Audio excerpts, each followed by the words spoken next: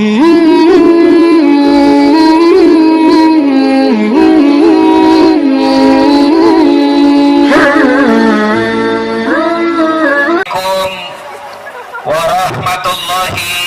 wabarakatuh.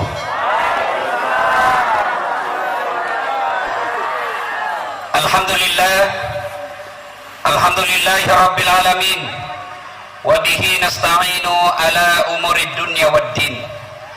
Ashhadu an la ilaha illallah wa ashhadu anna Muhammadan abduhu wa rasuluh. Allahumma salli ala sayyidina Muhammad wa ala alihi wa sahbihi ajma'in. Amma ba'd. Faqad qala Allah subhanahu wa ta'ala fi kitabil karim wa huwa asdaqul qailin. A'udzu billahi minasyaitonir rajim. Bismillahirrahmanirrahim.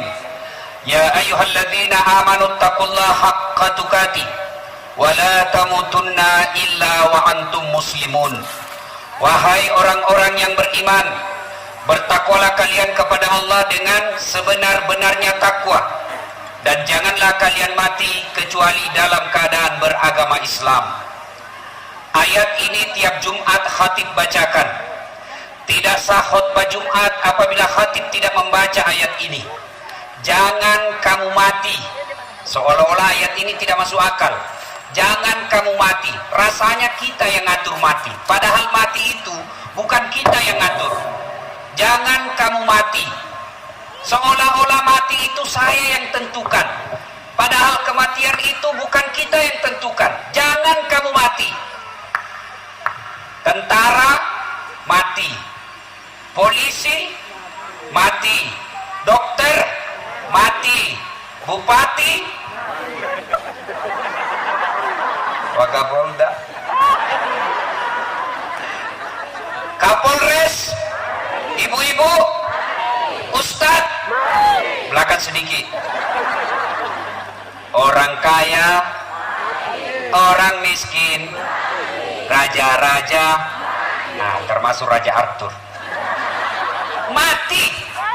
Allah berfirman, jangan kamu mati illa kecuali wa antum muslimun, dalam keadaan beragama Islam. Rasanya tidak masuk akal, kita kan sudah Islam, kok dikatakan jangan kamu mati kecuali beragama Islam? Berarti ayat ini Allah ingatkan kepada kita tiap Jumat, hati-hati kalian orang Islam.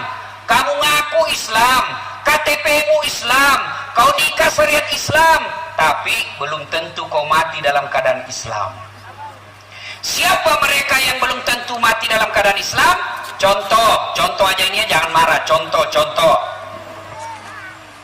Duda. Ada duda di sini? Ada. Dilarang nikah sama anaknya. Nggak usah bapak nikah. Allah apa sudah 65 tahun, apalagi sudah tua.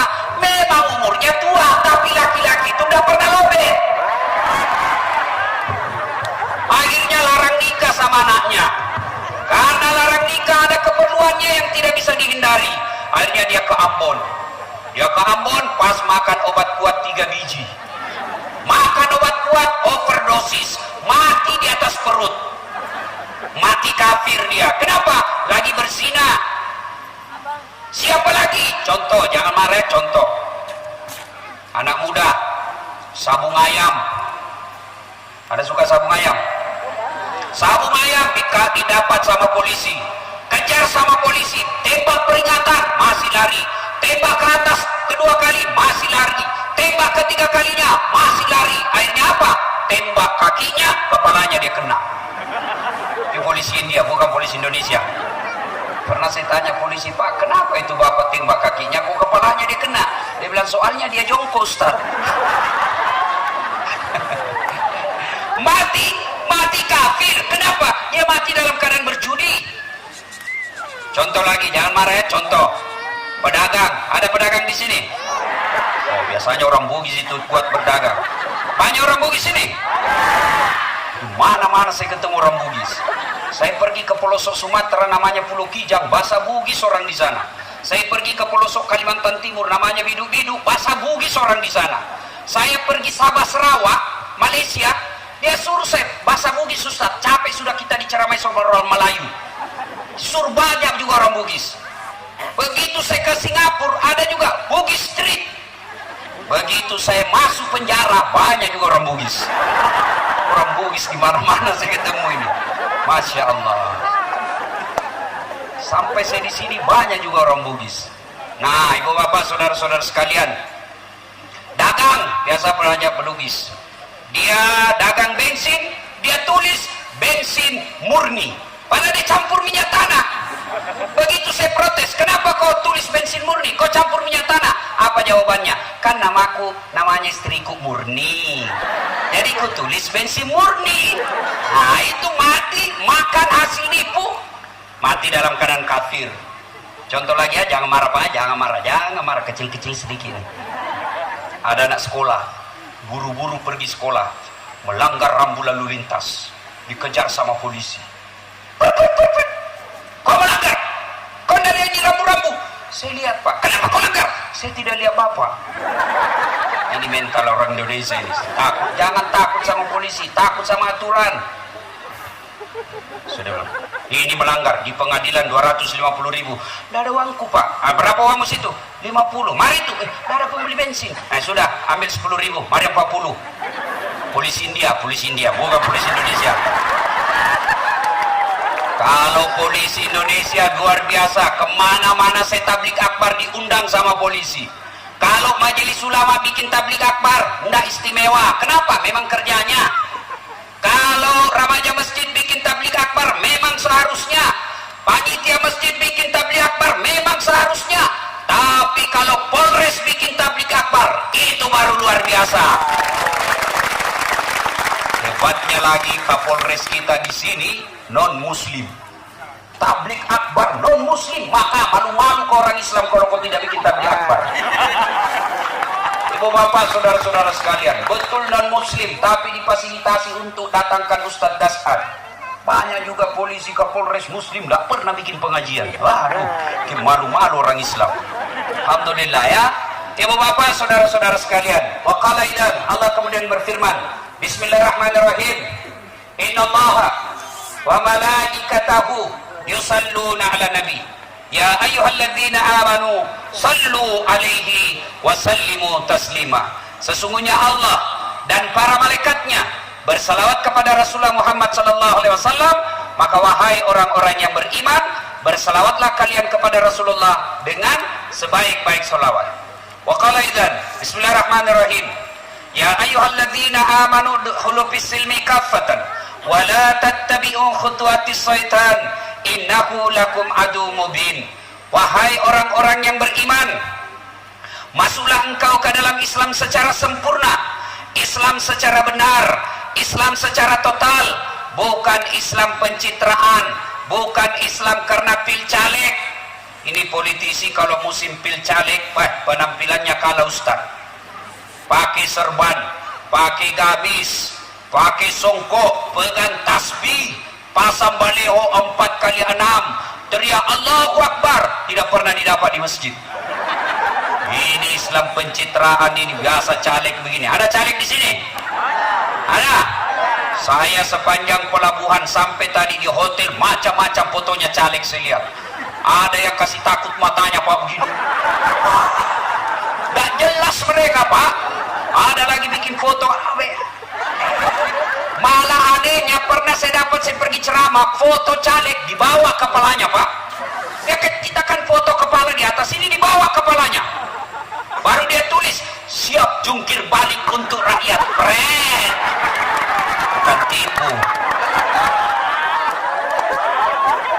Ada caleg di sini? Ada.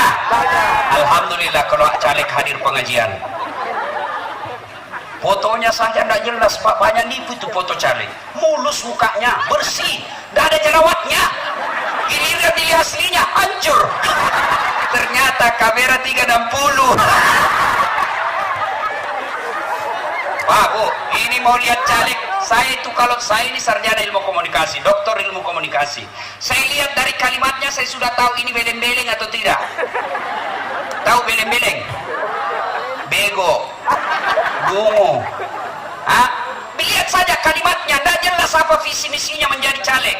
Ada caleg lahir bersama rakyat, hidup bersama rakyat, membela rakyat sampai mati. Pret. Apa maksudmu itu? Coba yang jelas-jelas program kerjamu. Bikinlah program kerja, misalnya saya terpilih garam di Maluku Tengah gratis. Nah, itu jelas itu. Ya Bapak, saudara-saudara sekalian, waqala idzan, Allah kemudian berfirman, ya, wala tattabi'u khutuwatis syaitan, dan janganlah engkau ikuti langkah-langkah setan, karena sesungguhnya setan itu musuh yang nyata bagi kalian. Nah, kalau saya ceramah begini, ada enggak setan di tengah-tengah kita? Ada setan? Ada. Setannya bukan popok, bukan uka-uka, tapi apa setan yang ada di tengah-tengah kita? Bentuknya handphone. Apa Bu? Apa? Woi, yang di belakang, woi, buang dulu handphone itu, simpan dulu. Orang sudah ceramah masih penggesek. Setan itu HP-mu cilaka. Simpan dulu dek. Oh, pura-pura shooting, padahal dalam hatinya lihat kok HP baru. Bu, selama ibu pegang itu HP, selama itu ibu tidak perhatikan saya, pasti lihat HP-nya terus. Dia cari teman yang ngantuk. Simpan dulu. Kita dengar dulu ceramah. Malah saya pernah ada ceramah di depan saya begini ceramah, tiba-tiba ada ibu-ibu di belakang, depan saya, di belakangi saya Pak, di belakangi saya bilang, barusan ada orang saya ceramah di belakangi saya. Dia ambil HP-nya, langsung selfie. Dia tulis di Facebooknya, latar belakang Dasat Latif. Saya dijadikan background. Selesai ceramah, saya turun dari panggung, langsung dia bilang, Ustaz, boleh selfie? Boleh, sini. Saya tidak suka sekali selesai ceramah disuruh selfie. Kita capek, keringatan. Selfie Ustaz, boleh, sudah selfie, langsung dia bilang, Ustaz, boleh cium? Apa yang mau cium Ustaz? Dia bilang, enggak nafsu Ustaz. Biar enggak nafsu, enggak boleh. Mau kasih mengamu, mamanya cek di rumah. Coba masih muda, boleh sedikit.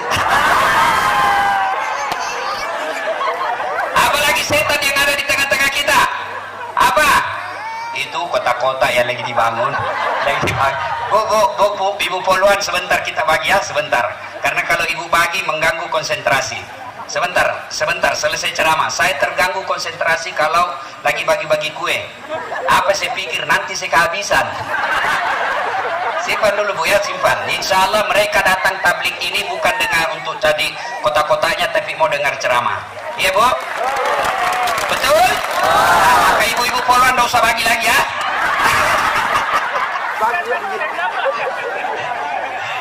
Ibu bapak, saudara-saudara sekalian, kita dengar dulu dakwah. Bapak Wakapolda yang saya muliakan beserta seluruh jajarannya, Bapak Bupati yang kami muliakan, Bapak Ketua Majelis Ulama Indonesia yang kami muliakan, serta seluruh hadirin dan hadirat yang insya Allah dimuliakan dan dirahmati oleh Allah Subhanahu wa Ta'ala. Suatu kali Nabi kumpul sahabat. Nabi lalu bertanya, atadruna manil muflis? Saudara-saudara sekalian, siapa di antara kalian yang tahu yang bangkrut nanti di akhirat, pailit nanti di akhirat? Ada sahabat angkat tangan. Yang tidak sholat ya Rasul. Nabi katakan, dia sholat 5 waktunya bagus, sunnah-sunnahnya lancar. Yang tidak puasa Ramadan ya Rasul, dia puasa Ramadan Senin Kamis lancar. Oh, mungkin yang tidak bayar zakat ya Rasul, dia bayar zakat fitrah dan zakat harta dia keluarkan. Oh, mungkin yang tidak haji ya Rasul, dia haji, bahkan dia pergi umroh. Wah, seluruh sahabat bingung. Dia sholat, dia puasa, dia zakat, dia haji. Kalau begitu siapa yang bangkrut ya Rasul?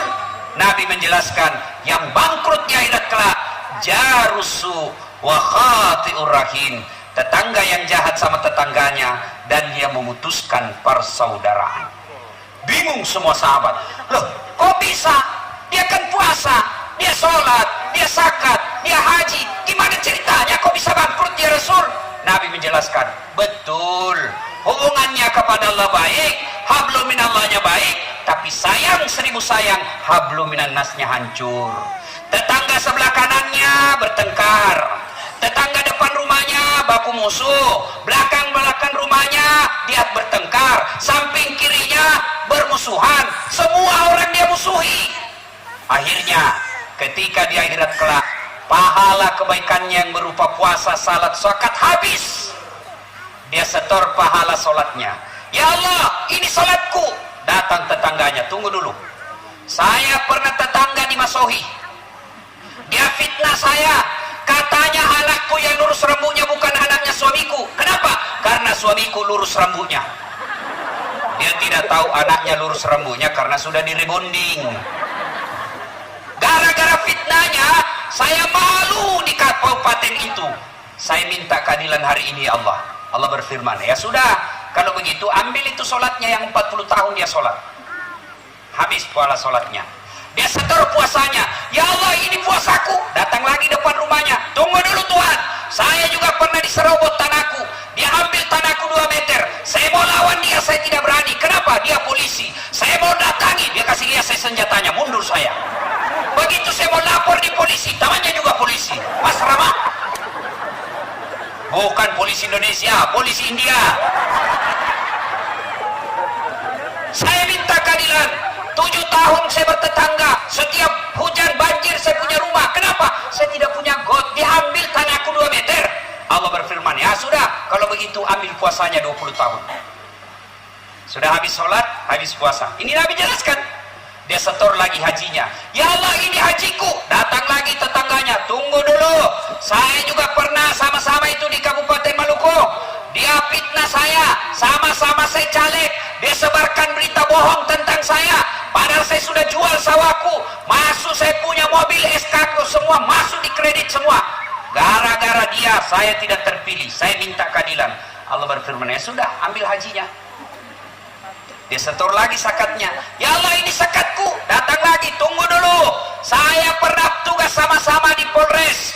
Dia fitnah saya, katanya mobilku hasil korupsi. Gara-gara fitnahnya saya dipindah ke pulau yang lebih jauh lagi. 7 tahun tidak naik pangkatku ya Allah. Saya minta keadilan hari ini. Allah berfirman, ya sudah, ambil, saya punya zakatnya semua itu. 20 tahun zakatnya habis. Habis sholatnya, habis puasanya, habis hajinya, habis zakatnya, masih ada yang datang. Saya juga pernah disakiti ya Allah. Ini yang tadi banyak-banyak. Ya Allah, bagaimana lagi caranya? Habis amalku ini. Sudah tidak ada saya punya amal. Allah berfirman, tidak ada kejahatan yang tidak dibalas hari ini. Inilah hari seadil-adilnya pengadilan. Supaya adil, ambil dosanya 10 tahun. Ambil dosanya itu yang pernah kau sakiti 10 tahun. Sudah habis, datang lagi saya juga, ambil dosanya 15 tahun. Ada lagi, ambil dosanya 10 tahun. Habis amalnya hanya untuk membayar kesalahan-kesalahannya kepada manusia, sementara dosa orang lain datang terus kepadanya. Inilah yang disebut bangkrut. Nah, yang memecah persaudaraan. Nah, sekarang apa yang bisa memecahkan persaudaraan? Apa yang bisa memecahkan kita persatuan di Indonesia? Satu, dengar baik. Satu, tahun politik 2019 ini yang banyak memecah belah kita adalah pemilu dan pilcaleg. Pemilu ini pesta demokrasi. Ibu-ibu, kalau saya tanya, kalau ibu-ibu yang ada di otaknya kalau bicara pesta, apa yang ada di otak ibu? Ibu, kalau kita bicara pesta apa ibu? Senang-senang. Bapak-bapak kalau bicara pesta apa yang ada di otak? Gembira-gembira. Pasti ada musiknya, pasti ada artisnya, namanya pesta. Pesta pengantin, pasti kita senang-senang. Tidak ada orang datang pesta pengantin takut, kecuali yang ada selingkuhnya di bawah istrinya. Ketemu selingkuhan, mati kita. Nah itu. Tapi yang namanya pemilu, pesta demokrasi, ini senang-senang. Sekali 5 tahun. Pemilu jangan bikin tegang, pemilu jangan menakutkan, pemilu tidak boleh menghasut. Maka bodoh kita kalau orang menjadi caleg kita yang bertengkar. Ayo, kenapa pemilu bisa ribut Pak? Satu penyebabnya karena calegnya sendiri. Caleg, tolong jangan bodoh-bodohi rakyat. Jangan sogok rakyat. Masa rakyat kalian sogok 300.000? Bikinlah program yang jelas. Jangan bodoh-bodohi rakyat.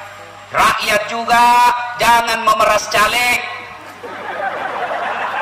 Ya ketawa, saya serius ini. Banyak juga sekarang rakyat matre. Dia bikin depan rumahnya siap menerima serangan fajar.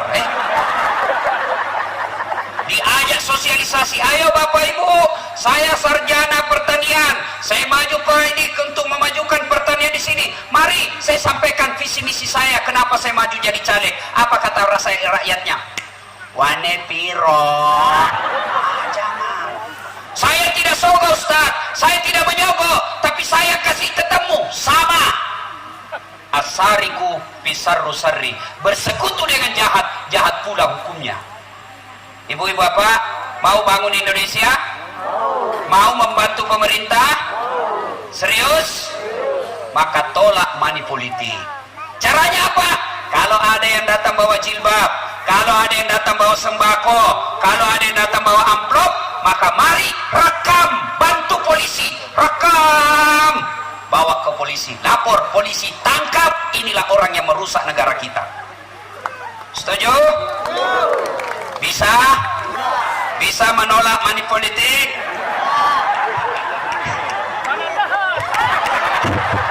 Bisa Bu? 100.000 bisa, 500.000 bengkok mukanya. Nanti caleg terpilih sudah habis uangnya 2 miliar. Ibu tidak pernah lagi didatangi, tidak pernah lagi datang ke desanya bapak, tidak pernah lagi datang kepada saudara ibu. Kita protes, kenapa itu caleg dulu baik betul, sekarang tidak pernah lagi datang sama kita. Apa katanya? Ngapain saya datangi kamu? Kamu kan saya sudah beli 300.000 satu orang. Maka jangan ya, jangan menerima sogok. Itu sogok riba. Riba itu dosanya kata Nabi, paling kecil dosa riba, dia perkosa ibu kandungnya. Maka besok kalau ada yang datang bawa-bawa duit, tolong bersihkan pemilu ini, bersihkan pesta demokrasi ini dari uang politik. Supaya apa? Negara kita bersih dari pejabat-pejabat yang suka sogok dan menyogok. Setuju? No. Yang kedua, yang bisa rusak pemilu kita apa? Tim sukses. Ada tim sukses di sini? Ini biasa tim sukses itu kontraktor. Supaya kalau menang dapat proyek. Pak, habis saya punya itu Pak, kalau bisa ada penunjukan langsung Pak. Ada kontraktor di sini? Pernah dengar ceritanya kontraktor di akhirat? Pernah Bu? Jadi ini di akhirat SMS-an lah, ini penghuni surga sama penghuni neraka. Dia bilang penghuni surga, bagaimana kabarmu di situ Mas Bro? Dia bilang tidak ada enaknya di neraka, di blender terus kita. Tidak ada pemanasan, menderita terus. Kata penghuni neraka, kamu bagaimana kabarmu di surga? Dia bilang, Masya Allah, untung kami baik waktu hidup. Sekarang kami di surga, 1 laki-laki 7 bidadari. 7 Pak, 7 bidadari. Dan tidak pernah kentut. Dan sama istri kita di rumah 11 kali kentut 1 hari. Ini bidadari suci terus Pak. Sampai-sampai ada ibu-ibu bilang sama saya, Ustaz, betulkah itu Bu? Ustaz, 1 laki-laki 7 bidadari. Betul Ibu. Boleh kasih berdoa nanti Ustaz? Ya Allah, janganlah engkau berikan bidadari suamiku di akhirat, cukuplah aku bidadarinya dunia akhirat. Saya bilang, ini Ibu sudah siksa suaminya di dunia, mau lanjut lagi di akhirat.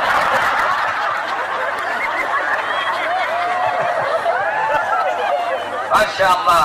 Lalu berkatalah penghuni neraka, wahai penghuni surga, bolehkah kami datang ke surga menikmati fasilitas ada yang di surga? Kata penghuni surga, boleh saja, tapi bagaimana caranya? Mikir ini penghuni neraka. Penghuni neraka kan rata-rata kreatif Pak, tahu jalan keluar, gampang. Gimana caranya? Tenang aja Mas Bro, kami bikin jembatan dari sini, kamu juga bikin jembatan dari surga, kita ketemu di tengah. Setuju?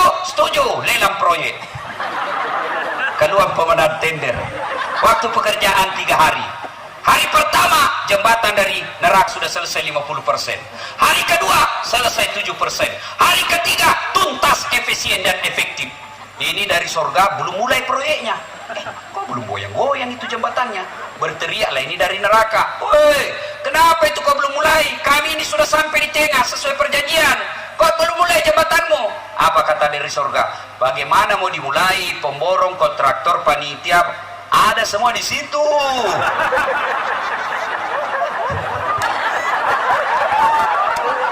Di sini cuma imam masjid yang dapat hadiah. Udah tahu dia kalkulator. Salah itu semennya. Dan sudah bilang anggota DPR, kami tidak terlibat kalau kontraktor begitu Ustaz. Tapi Bapak pernah juga dengar ceritanya anggota DPR di akhirat? Ada lagi Pak Imam tadi yang dikasih hadiah masuklah dia surga. Begitu masuk surga dia lihat, ih kenapa banyak anggota DPR ini di surga. Nah di negara saya banyak di OTT tangkap tangan sama KPK. Dia pergi protes sama malaikat. Oi malaikat, kenapa banyak anggota DPR di sini di surga? Negara saya banyak ditangkap gara-gara korupsi. Kata malaikat penjaga surga, nggak usah ribut. Ini cuma reses, sebentar lagi dia pulang.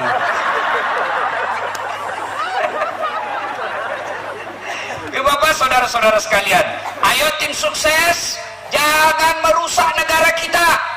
Jangan buat rakyat bertengkar gara-gara kepentingan dan syahwat politikmu. Coba lihat, jadilah tim sukses seperti Nafisa. Ketika Khadijah memperkerjakan Muhammad, waktu itu Muhammad usianya 25 tahun, Khadijah usianya 40 tahun. Khadijah selalu berkata, ini pegawai saya Muhammad baik betul, rajin bekerja, jujur, ya cakep juga. Nafisa tahu, sekretarisnya Khadijah, ini bunda kayaknya jatuh cinta ini sama Muhammad. Akhirnya apa? Jadi macomlang, jadi tim sukses. Dia datang kepada Muhammad, Muhammad, bagaimana menurutmu kalau ada orang yang suka kamu? Alhamdulillah, tapi ini perempuan lebih tua dari kamu, tidak jadi masalah. Lebih tua 15 tahun, tidak jadi masalah. Tapi dia bosmu, tidak jadi masalah. Yang jadi masalah, betulkah dia suka saya? Kata Nafisa, tenang, saya punya urusan. Datanglah Nafisa kepada Ibu Khadijah, Bunda, bagaimana menurut Bunda kalau ada lelaki yang suka Bunda? Alhamdulillah, rezeki. Tapi ini laki-laki lebih muda dari Bunda, tidak jadi masalah. Lebih muda 15 tahun, tidak jadi masalah. Anak buahnya Bunda, tidak jadi masalah. Yang jadi masalah, betulkah dia suka saya? Kata Nafisa, tenang, saya punya urusan Bunda. Inilah yang disebut tim sukses, menjaga kedua belah pihak. Maka jadilah tim sukses, tidak menghasut 01 dan 02. Jelas? Ya, ini tim sukses kan kadang-kala kasih bertengkar. Dia sudah janji sama orang, suruh bikin baleho, kau bikin baleho 10. Dia bikin cuma 3, hilang 7. Dia bilang, bapak tak nampak, bapak duduk manis saya kerjakan satu desa, 200 suara bapak aman. Begitu pencoblosan suaranya tinggal 10. Wah dia hasutlah, oh ini pak kita dicurangi. Padahal memang tidak ada suaramu di situ. Sudahlah, jadilah tim sukses yang tidak memecah belah rakyat. Jadilah tim sukses yang tidak sukses sendiri. Jelas yang ketiga. Yang ketiga, yang memecahkan kita punya pemilu, yang bisa menghancurkan pemilu kita. Apa? Hoax. Tahu hoax ibu? Ibu-ibu tahu hoax? Berita bohong. Jangankan berita bohong, berita benar saja apabila itu mengancam kemaslahatan umat, haram hukumnya. Mana contoh? Berita yang Bapak terima menyudutkan 02, atau sebaliknya, Bapak pendukung 02 menerima berita yang menyudutkan 01, langsung disebar, dan ternyata Bapak menyebarkan berita bohong. Apalagi berita itu menyudutkan, apalagi berita itu fitnah. Barangkali calonnya Jokowi, Prabowo, Kiai Ma'ruf, Sandi tidak keberatan, tapi tim suksesnya keberatan, keluarganya keberatan, orang-orang yang dekat dengan dia keberatan. Lapor ke polisi, mereka jadi presiden, ibu bapak masuk penjara. Maka jangan sembarang menyebarkan berita. Dan biasanya yang suka menyebarkan gosip, ibu-ibu. Ya, ya. Kalau duduk-duduk begini tuh masih gosip tuh. Dia tidak ngomong tapi si kopi kata rambut.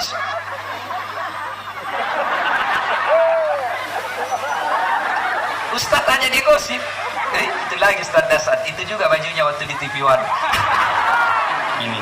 Ada tukang gosip di sini? Ada? Motor lolos, mana tidak ada. Nggak serasinya itu bajunya. Dia bilang, iyo kayak umbul-umbul. Satu lagi lewat lagi, apa? Lipstiknya palsu.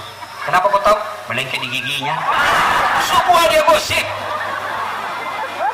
Nah ibu bapak, saudara-saudara sekalian, nilai merusak pemilu kita, ya. Tim suksesnya, calegnya, kemudian berita hoax, dan yang keempat yang bisa merusak pemilu kita adalah orang-orang yang diberi amanah untuk mengurus pemilu. Masuklah diantaranya KPU, Panwas, ASN, tentara, polisi. Mari jadilah hakim, jadilah wasit, Jadilah pengawas pemilu yang sebaik-baiknya. Jadilah penyelenggara pemilu yang sebaik-baiknya. Bapak curang dalam pelaksanaan pemilu, maka seluruh rakyat Indonesia mendoakan Bapak laknat 7 turunan. Maka pemilu ini bisa rusak kalau wasitnya tidak jujur, wasitnya tidak adil. Jangan sampai syahwat politik, lalu kita cinta jabatan, dijanji jabatan oleh satu caleg, satu calon, akhirnya kita menghalalkan dan menyembunyikan kebenaran, maka rakyat Indonesia yang akan rugi. Apabila rakyat Indonesia rugi, Bapak sudah hilang jabatan, sudah masuk ke dalam kubur, tapi Bapak dikenang keburukan-keburukannya. Inilah disebut kejahatan jariah. Nauzubillah min dzalik. Yang pertama, yang bisa merusak persaudaraan, pemilu. Yang kedua, apalagi yang bisa merusak persaudaraan kita? Apa? Sangka buruk. Sangka buruk, berbaik sangkalah.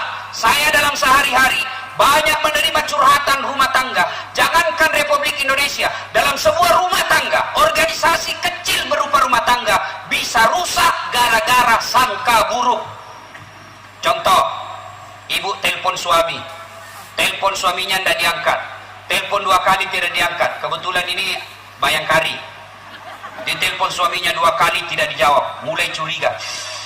Pasti pergi lah gitu sama teman ceweknya itu. Ini sangka buruk.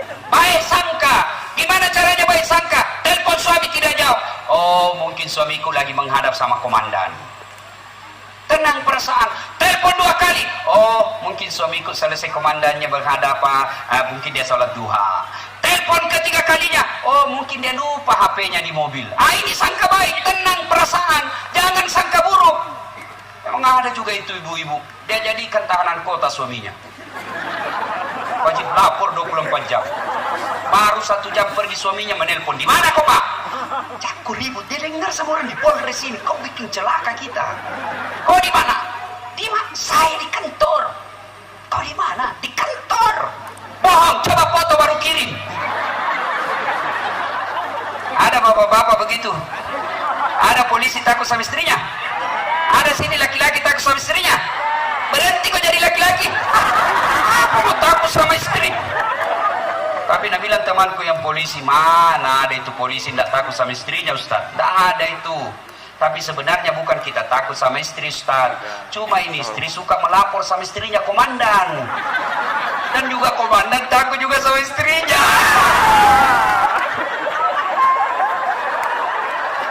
Bu, ale bu, jangan menyiksa suami. Tidak gampang itu cari nafkah ibu. Bagaimana suami kita mau bekerja dengan baik di jalan? Bagaimana suami kita mau bekerja baik di kantor kalau ibu selalu mencurigai suaminya, menteror suaminya? Mana kau? Pulang kau! Mau kau pulang? Alas kalau kau tidak mau pulang. Memangnya ini suami kita penjahat? Ini. Pak, berhenti takut sama istri Pak. Bagaimana ceritanya gaji tak semua diambil? Sedangkan belum naik, kita belum tahu itu naik gaji, dia sudah tahu Pak. Kerja sama bendahara. Bulan depan naik itu gajinya suamimu, dia sudah tahu Pak. Apa lu takut sama istri? Nah, gaji tak semua dia masuk, dia ambil semua ATM. Mobil kita cicilkan dia mobil, kita belikan rumah, bajunya kita belikan semua, sampai ininya pun kita yang belikan. Semua takut sama istri. Saya bilang, Ustaz, bagaimana kalau dia suka ngamuk Ustaz, marah, dia pecahkan piring kalau dia marah Ustaz. Dengar baik-baik Pak, kalau istri pecahkan piring 1, bapak pecahkan 1 lusin. Piring boleh dibeli, tapi harga diri sebagai suami tidak boleh diinjak istri. Allahu Akbar.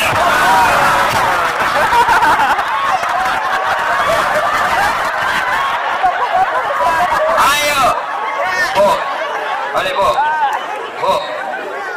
jangan ganggu suami, ya kasihan itu suami. Coba bayangkan, di kantor dimarah-marahi sama komandan, kadang-kadang ditinju kalau salah, siap salah. Di rumah dimaki-maki sama istrinya, tidak ada enaknya itu jadi suami. Di kantor dimarah-marah, di rumah dihina, terpaksa anak di jalan jadi balas dendam. Kau melanggar papa. Ya ketawa, saya serius ini. Hanya memang itu ibu Bayangkari, bagi dia awasi suaminya kayak tahanan, betul penderita suaminya. Yang Jangan serius Bu, saya serius ini Bu. Alangkah bahagianya seorang suami mengurusi pemilu ini. Ya, mereka caleg yang bikin gaduh, kadangkala tim sukses bikin gaduh, kita polisi yang repot. Maka dukung suaminya dengan cara memberikan semangat moral. Pulang suami sambut dengan senyuman meskipun gajinya seadanya. Datang suami sambut, assalamualaikum kakandaku arjunaku. Dia jawab suaminya, waalaikumsalam adindaku srikandiku. Dia bilang istrinya, wih tahu gagahnya suamiku hari ini. Langsung dia bilang suaminya, berarti saya jelek kemarin. Ini juga suami tidak tahu diri. Nah, bayangkan kita bahagianya seorang suami. Datang kita cari nafkah, capek di kantor, susah pekerjaan, di jalan kempes mobil. Kita masuk rumah, suami sudah cantik menawan. Dia sambutlah kita dengan lagu, bila kamu di sisiku, hati rasa.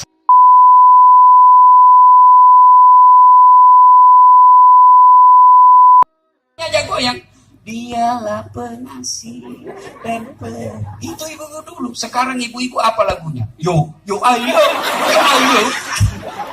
apa? Ayo poligami. Mau kok?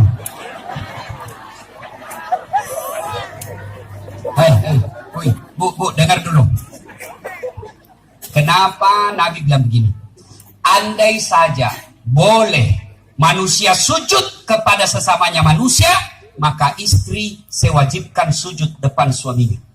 Dengar baik-baik, bukan nasihat latih bilang Bu. Nabi, andai saja boleh manusia sujud kepada sesamanya manusia, maka kalian istri sewajibkan cium kakinya itu suami. Kenapa? Karena ibu harus tahu, dosa ibu kami para suami yang tanggung. Beda kami laki-laki dengan ibu. Ibu bikin dosa, ibu tidak puasa, ibu tidak sholat. Meskipun suaminya ulama, suaminya penceramah, suaminya Senin Kamis puasanya, tahajud tiap malam, suaminya hafal Quran, tapi istrinya tidak baik agamanya. Kata Allah, ku ampusakum wa ahlikum narani. Kau suami, pimpin itu istrimu masuk neraka. Beda ibu-ibu, ditanggung oleh kami laki-laki. Suaminya tukang judi, suaminya pengedar narkoba, suaminya peselingkuh, suaminya pemakan haram, tapi istrinya istrinya baik, rajin sholat, taat sama suaminya, perintah suaminya diikuti. Meskipun suaminya bajingan, tidak ada urusan. Suami masuk neraka. Nabi jelaskan kepada ibu, Bu, lihat ini, kata Nabi kalau bahasa kita, Bu, lihat ini 7 pintu surga, tadkhulul jannati bisalam. Silahkan ibu pilih mana pintu surga yang ibu mau masuki. Enaknya jadi perempuan, ditanggung dosanya sama laki-laki. Beda kami laki-laki, ibu tidak tanggung dosa kami. Maka ibu-ibu, yang pertama tujuan suami itu bukan cari nafkah. Ibu yang perlu cari dari suami bukan mendidik yang utama, tapi yang utama adalah cari ridhanya suami. Jangankan ibu keluar rumah, Senin Kamis saja diharamkan oleh Allah apabila tanpa izin suami. Saya ulang, jangankan keluar rumah, Senin Kamis ibu puasa sunnah tanpa izin suami, haram puasa itu. Contoh, pengantin baru, suaminya cuti 3 hari, istrinya langsung, bang, saya puasa Senin Kamis ya. Kata suaminya, saya sengaja cuti ini karena saya mau dapat jatah siang-siang. Tak boleh ibu puasa tanpa izin, ya? Jelas? Jelas ibu? Jelas? Dengar lagi, ada orang bertetangga, marah ini tetangga, lapor sama Nabi. Apa pasalnya? Sakit ini ibu tetangganya, dia datang panggil anaknya, seorang perempuan, Bu, ibu mamanya lagi sakit, datang kita lihat ki. Apa kata ini ibu anaknya? Mohon maaf, suamiku pergi tugas, saya dilarang keluar rumah sebelum suami saya pulang. Sakaratil maut ini ibunya, datanglah ibu, sudah sakaratil maut ibumu, kau datanglah besuk dia. Saya minta maaf, saya mau sekali tapi suami saya belum pulang. Akhirnya meninggal, mau dimakamkan, datang lagi, Bu, sudah meninggal ibumu, kau datang yang terakhir kalinya. Mohon maaf, saya cukup berdoa. Kenapa? Suami saya belum pulang, saya tidak berani tinggalkan rumah. Marah yang manggil-manggil, dia pergi lapor sama Nabi. Ya Rasulullah, tetanggaku keterlaluan, dari sakit, sakaratil maut sampai meninggal, tidak datang datang lihat ibunya. Saya 3 kali datang memanggilnya. Kenapa kata Nabi? Dia dipesan sama suaminya, jangan keluar rumah sebelum pulang. Mendengar ini, apa Nabi marah? Subhanallah, Nabi justru menjelaskan, alhamdulillah, diampuni seluruh dosa ibu yang meninggal karena punya anak yang taat sama perintah suaminya. Masya Allah. Ada ibu Bayangkari begitu sih? Ada? Yang banyak saya lihat baru 10 menit pergi suaminya juga keluar juga dia Pak. Dia tawaf satu komplek. Dia keliling. Masya Allah.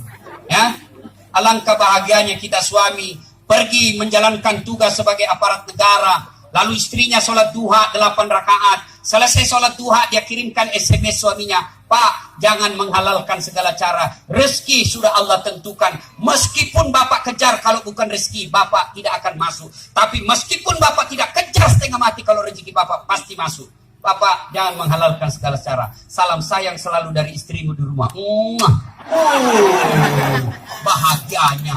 Itu suami kalau dapat SMS begini, Bu, dia kasih lihat itu semua di kantor di polsek. Ya kau istriku, istri yang soleha. Pernah SMS begitu suaminya, Bu? Pernah? Paling SMS, jangan lupa singgah beli gas. Masih baik kalau gas, kalau pembalut. Saya pernah rasakan ini. Saya pulang tak siap malam, tiba-tiba mamanya SMS. Ustaz, habis pembalut. Allah haula wala quwwata. Saya singgah di warung, saya berdoa, mudah-mudahan tidak ada yang kenal saya. Begitu saya bayar, tiba-tiba ada ibu bilang, Ustaz beli pembalut. Lalu saya bilang, biar nih daripada saya melahirkan lek. Pak, Bapak juga jangan tipu suami istri. Pak, jangan pernah nipu istri. Alasan rapat, ternyata pergi merapat. Saya dipanggil komandan, ini namanya istri kasihan kalau sudah lapor, komandan, bang, ya Pak, silakan lari, ternyata pergi merapat.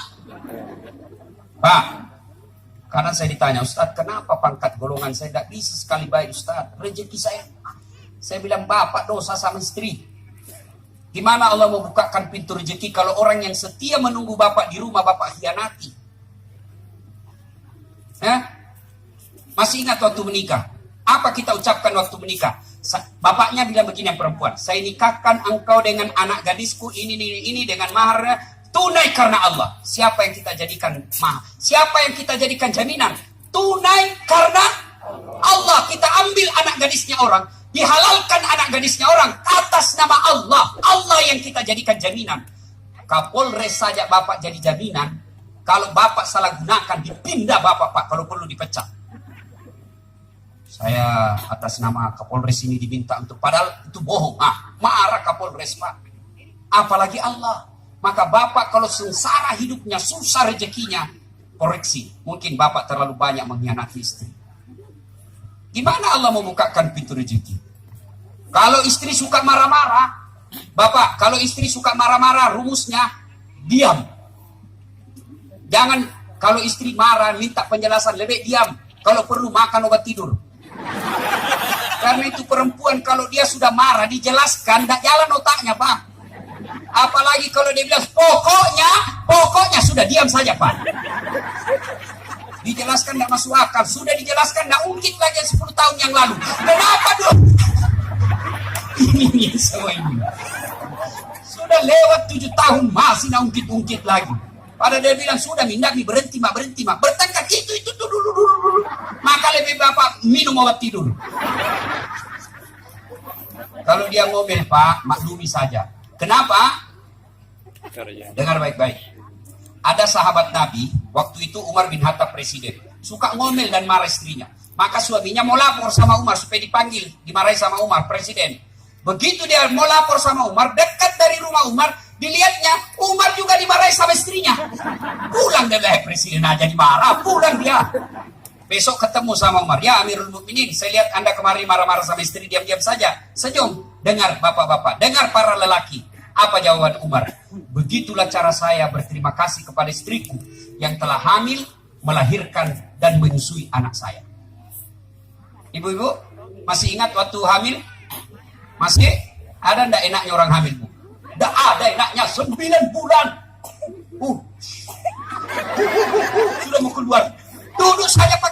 samping. Tidurnya satu saja kayak pasrah. Iya tuh ibu. Nah, sudah lagi itu yang paling setengah mati lagi melahirkan. Masih ingat waktu melahirkan bu? Ada enggak ibu-ibu melahirkan senyum? Mantang-mantang istri Kapolres enak melahirkan. Keluar kau nak? Tidak. Coba. Kali kita laki-laki paling menderita kalau ngidam. Iya toh? Sampai-sampai ada bilang laki-laki, Ustaz, apa doanya supaya berhenti ngidam istri? Saya bilang, ngidam apa istrinya Pak? Dia bilang, nanti dia bisa tidur kalau dia lihat saya duduk di atas lemari. Berhenti kau dikasih bola-bola ke istri itu. Jadi kalau istrinya mau tidur jam 9, setengah 9 sudah naik sepertinya. Saya berhenti kau udah kasih bola-bola ke itu. Dan itu ngidam dalam Islam. Mana ada orang Barat ngidam? Mana ada orang Arab ngidam? Hanya ada di Melayu, utamanya Indonesia. Ini karena kita dibodoh-bodohi. Makanya saya waktu mama ngeceng ngidam, tidak, tidak ada ngidam di sini. Kita berhenti. Apalagi? Yang ketiga menderitanya.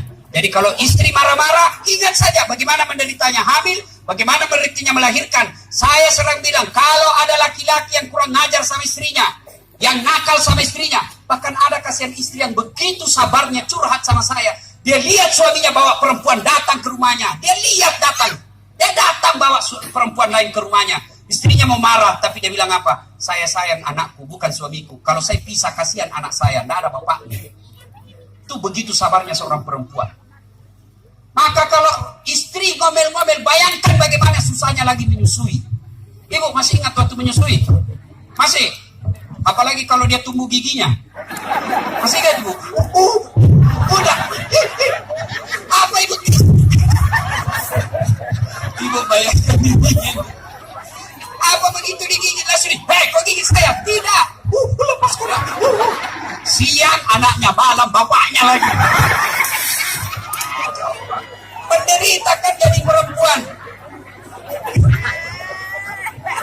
Maka kalau istri ngomel, istri ngambek, bayangkan saja bagaimana susahnya itu perempuan.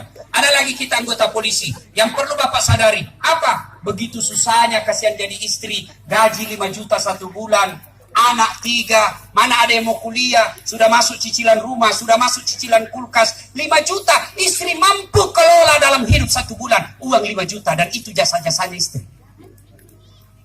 Ya kan? Maka hargailah istri-istri kita Pak, jangan hianati istri. Kalau suami istri baik, maka rukunlah kita bertetangga. Kalau rukun tetangga baik, maka rukunlah kita punya kampung. Rukun kampung otomatis rukun Indonesia. Nah, ibu bapak, saudara-saudara sekalian, ya, yang bisa menyebabkan kita persaudaraan rusak, sangka buruk. Nah, ini ada ini, suami 4 tahun suami istri tidak punya anak. Akhirnya apa? Di tahun ke-5 dia pergi ke dokter.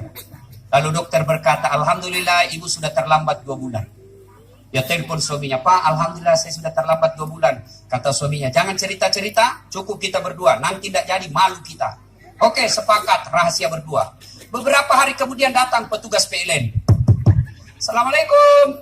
Waalaikumsalam. Siapa? PLN. Bapak kenapa? Ibu terlambat 2 bulan.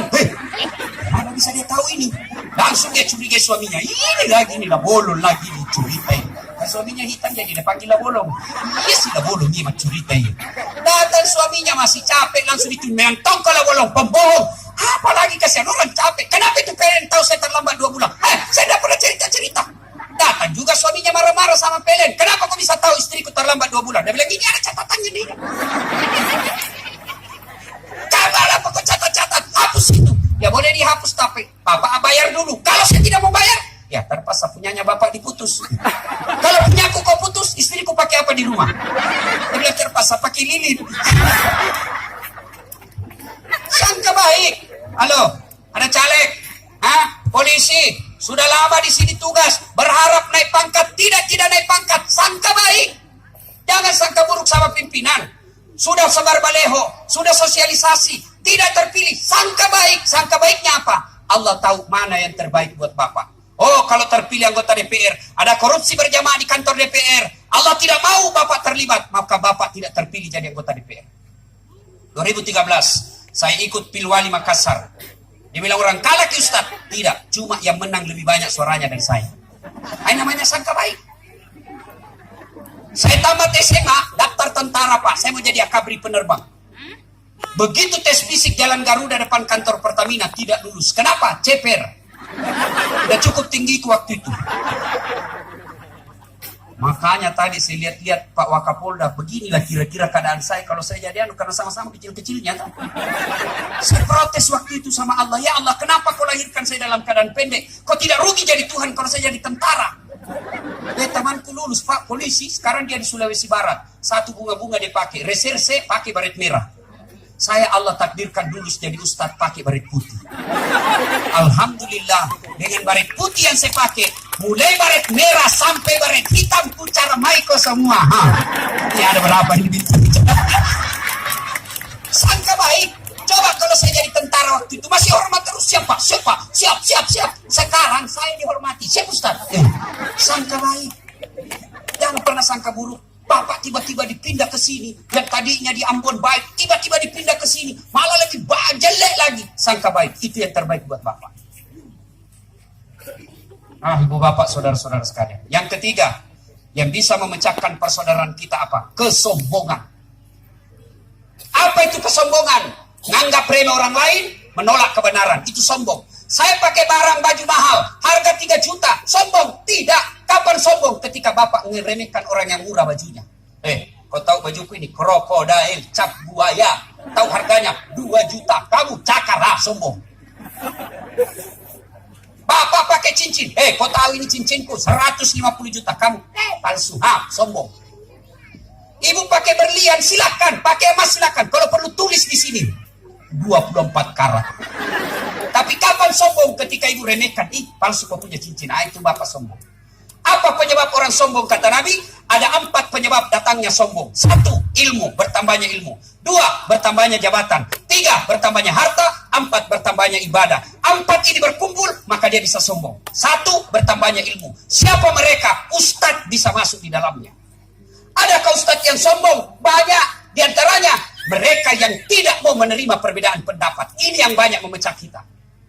Hanya mazhabnya saja dianggap benar. Maulid bid'ah, Isra Mi'raj bid'ah, taksiyah bid'ah, doa bersama selesai sholat bid'ah, jabat tangan selesai sholat bid'ah. Kenapa? Tidak ada pada zaman Nabi. Tidak ada pada zaman Nabi. Bid'ah, sesat, masuk neraka. Masa gara-gara jabat tangan kita masuk neraka? Nenek punya neraka. Kasih masuk juga surga, bos. Kebanyakan itu, buat itu surga semua tidak masuk. Kalau kau tidak mau kami di tengah, biarlah kami di pinggir. Yang penting jangan kau kasih masuk di neraka. Sakitnya tuh di sini. Gara-gara maulid kita masuk neraka. Apa salahnya itu maulid? Katanya tidak ada pada zaman Nabi. Betul tidak ada pada zaman Nabi. Kalau begitu alasanmu kau anggap kami masuk neraka, tolong mulai besok jangan kau ceramah pakai mic. Kenapa? Tidak ada mic pada zaman Nabi.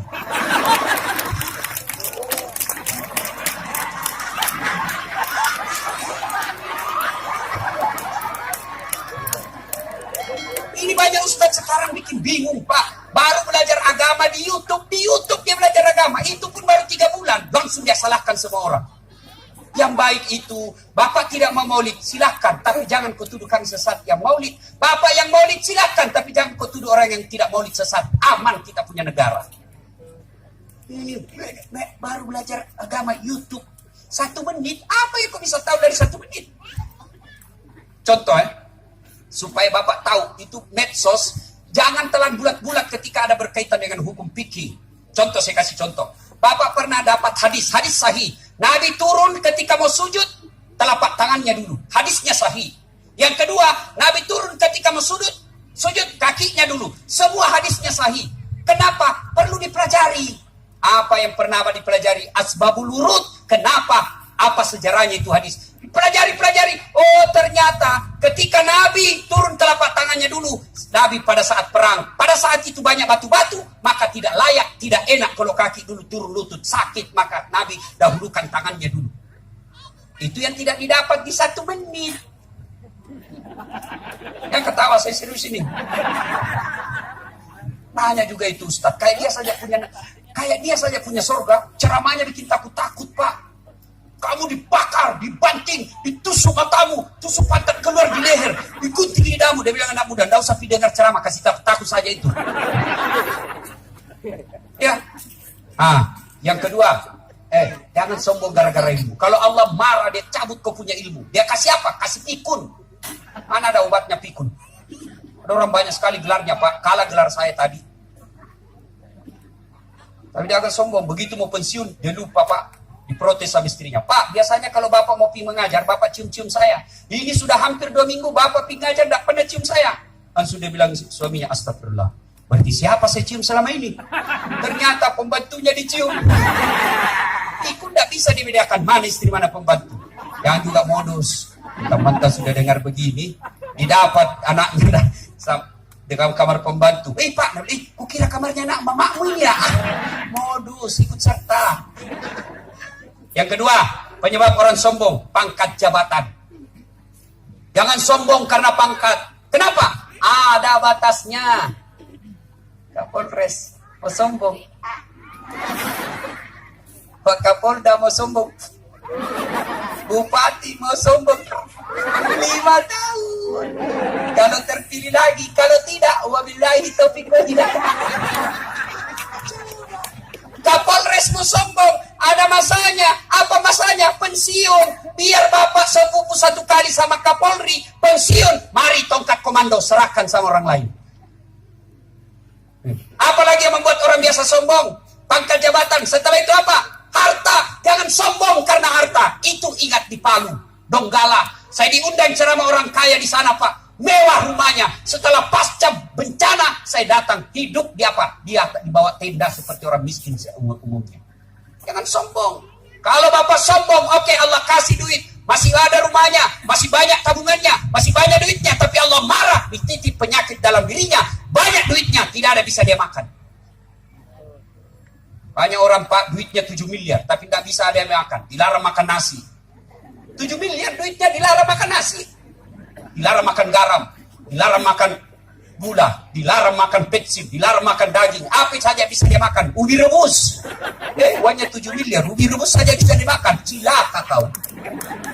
Mobilnya 1 miliar lebih, Pak, tapi tidak bisa dinikmati. Siapa nikmati? Sopir. Begitu naik mobil, baru 5 menit, stres. Hati-hati, kanan, kiri. Mati kita. Sombong. Tapi kalau orang kaya sombong, pejabat sombong, terkenal dia sombong, banyak ibadahnya sombong, masih wajar. Orang bilang dia tinggi pangkatnya, banyak jabatannya. Tapi sombong, kata Allah, temannya setan. Tapi masih masuk akal, dia banyak pangkatnya, banyak uangnya, masih sombong, temannya setan. Tapi kalau ada pengangguran, nggak terkenal, jelek, nggak ada duitnya, bau mulutnya, sombong, bukan lagi temannya setan, kau sudah jadi setan cilaka. Nah, ibu bapak, saudara-saudara sekalian. Nah, itu banyak yang saya mau jelaskan, tapi waktu yang sangat terbatas. Yang poin kedua, apa hebatnya banyak teman?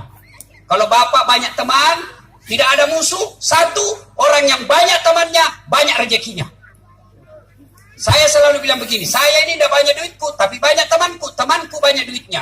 Kemana-mana ada yang bayarkan saya. Saya ke pasar di Makassar, baru turun dari mobil, ada yang teriak, "Assalamualaikum Ustaz." Dalam hatiku aman dan terkendali. Ada yang isi ikan, telur, saya mau bayar. "Berapa, Deng?" "Nggak usah bayar Ustaz." "Anda enak masih pagi-pagi." "Nggak usah Ustaz." "Berapa?" "Nggak usah." Dalam hatiku, memang itu kutunggu. Maka istri senang sekali kalau saya ke pasar, nggak keluar uang. Yang kedua, banyak teman, gampang selesai masalah. Saya ke Polres, mau urus perpanjangan SIM, keluar Kapolres. "Assalamualaikum Ustaz." "Waalaikumsalam." "Siap Komandan." "Kenapa Ustaz?" "Perpanjangan SIM Komandan." "Kasat Lantas, tolong bantu Ustaz." "Yang kau minta uangnya berdosa, kau uang Ustaz ku makan." Coba. Yang ketiga, banyak teman sehat walafiat, panjang umur. Orang selalu tanya, "Ustaz, sehat walafiat, apa vitaminnya?" "Saya tidak minum vitamin." "Apa anu?" "Tidak." "Apa?" Banyak yang doakan saya. Banyak yang di medsos saya doakan, "Ustaz sehat walafiat." Bukankah doa itu sumber kebahagiaan hidup? Yang keempat, banyak teman gampang menang pilkada. Maka Pak Bupati, kalau mau menang pilkada, Pak, jangan cari musuh. Kalian yang mau jadi politisi, mau jadi pejabat publik, jangan cari musuh. Kalian yang kalah pilkada, jangan cari musuh. Kau langsung sambungkan kembali persaudaraan. Datangi Bapak Bupati yang menang. Tawe Pak Bupati, Bapak menang. Gentleman, saya akui, saya kalah. Tapi tolong Pak, ada proyek penunjukan langsung kasih ke saya. Nah, Ibu Bapak, saudara-saudara sekalian. Berikutnya, nah ini yang bisa menyebabkan putus persaudaraan. Hebatnya banyak persaudaraan. Yang ketiga sekarang, bagaimana cara menyambungkan persaudaraan? Cara menyambungkan persaudaraan salah satu diantaranya adalah tabligh akbar seperti ini. Orang kata Nabi, umatku itu seperti badan ini. Coba lihat, innamal mu'minuna ikhwah. Umat Islam itu seperti badan ini. Tangan kanan gatal tanpa disuruh kiri yang garuk. Tangan kiri yang gatul, kanan yang garuk. Gatal dua-duanya, kerjasama. Begitu kita mestinya di kota ini, Pak. Coba lihat, kata Nabi, kalau kaki kita jalan malam-malam, tahan tuh kakinya, pak. Kaki tahan tuh, otomatis mulut langsung teriak, sakitnya.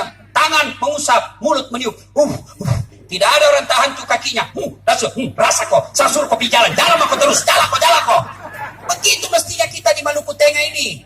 Terjadi unjuk rasa, kenapa? Tangan mulai curiga, saya tidak mau suap kau tangan, kenapa? Mulut. Kenapa? Setengah mati ku suap kok, kenapa perut kenyang? Kata mulut, benar ya, saya setengah mati mengunyah, kenapa perut kenyang? Padahal dia tidak kerja. Kata kaki, iya betul, saya setengah mati cari. Sekarang, rapat darurat memutuskan, mogok makan, kenapa? Perut kenyang sendiri. Hari pertama, tidak mau makan. Kedua, mulai loyo. Ketiga, tidak bisa bangun apa-apa. Lalu sudah bilang mata, mati kita. Rapat darurat lagi. Kata mulut, betul saya mengunyah. Kata tangan, betul saya menyuap. Kata kaki, betul saya mencari. Kata mata, betul saya melihat. Betul perut kenyang, tapi dia tidak kenyang sendiri. Dia kenyang sesaat saja. Setelah itu dia distribusi ke seluruh tubuh. Sehingga kita bisa bekerja dengan baik. Mulai hari ini, mogok makan, berhenti. Kenapa? Merugikan diri sendiri. Begitu mestinya kita di Maluku Tengah. Ada tentara, jadi polisi, jadi ulama, jadi cendekiawan, jadi pengusaha, jadi apa saja. Satu tujuan kita, mengangkat citra dan martabat kabupaten kita. Alhamdulillah, saya masih banyak ingin mau sampaikan, tapi waktu yang terbatas. Sebelum saya akhiri, saya mau tanya, Bapak Ibu ada enggak handphonenya? Ada. Itu handphone kalau dipakai terus kenapa? Lobet. Kalau lobet diapain? Kalau tidak dicas kenapa? Kalau mati masih bisa dipakai enggak? HP baru, pulsanya 5 juta. Bisa dipakai? Enggak. Bapak lobet, cas 1 jam full, berarti HP-nya bagus. Cas 1 jam masih lobet, cas 2 jam masih lobet, cas 3 jam masih lobet, berarti rusak HP-nya. Alhamdulillah, baru saja saya selesai cas Bapak 1 jam 5 menit. 1 jam 5 menit. Kalau selesai dengar ceramah ini, dia kembali baik antara 01 ke 02, pendukung caleg rapat kembali, berbeda pilihan tapi dia tidak bertengkar, berarti Bapak imannya baik. Inilah yang Allah jelaskan dalam Al-Quran.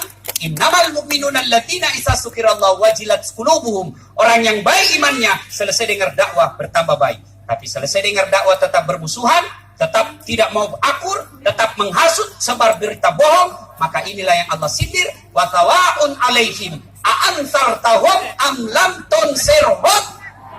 Kau sampaikan ayat Allah atau tidak, sama saja mereka tidak akan beriman, bahkan mereka lebih hina dari binatang.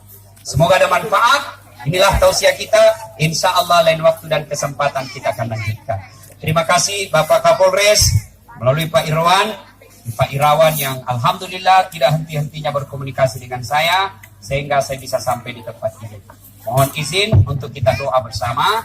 Kita awali dengan mengirimkan suratul Fatihah kepada Rasulullah Muhammad SAW. Khasiat dan utamanya kita mohonkan kepada Allah, mudah-mudahan para aparat kepolisian diberikan kekuatan lahir dan batin, pertahanan lahir dan batin untuk mengawal pemilu damai, aman dan sejuk. Al-Fatihah.